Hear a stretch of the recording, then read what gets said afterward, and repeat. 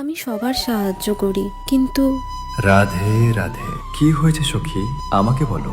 আমি তো সবার পাশে থাকি, কিন্তু যখন আমি বিপদে পড়ি কেউ আমার পাশে থাকে না। কিন্তু তুমি সাহায্য করো কেন? এই জন্য যাতে তুমি তার বদলে কিছু পাও। যখন তুমি কোনো কাজ কিছু পাওয়ার আশায় করো, তখন সেটা ভালো কর্ম হয় না। তাহলে কি আমি কারো কাছ থেকে কোনো আশাও রাখতে পারবো না?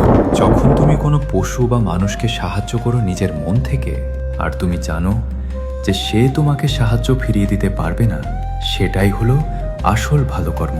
আমি কারোর কাছে কিছু প্রত্যাশা নিয়ে সাহায্য করি না মাধব, কিন্তু মাঝে মাঝে মনে হয় কেউ আমার পাশেও থাকুক, আমারও তো খারাপ লাগে। খারাপ লাগাটা স্বাভাবিক, কিন্তু মনে রেখো সখী, দুনিয়ার কোনো কর্মই আমার চোখ এড়িয়ে যেতে পারে না, সে ভালো হোক বা খারাপ। তুমি নিঃস্বার্থভাবে ভালো কর্ম করে যাও, হিসেব আমিই করব। আমার কথাগুলো মনে রেখো, আর মন খারাপ করে থেকো না। আবার দেখা হবে সখী। রাধে রাধে।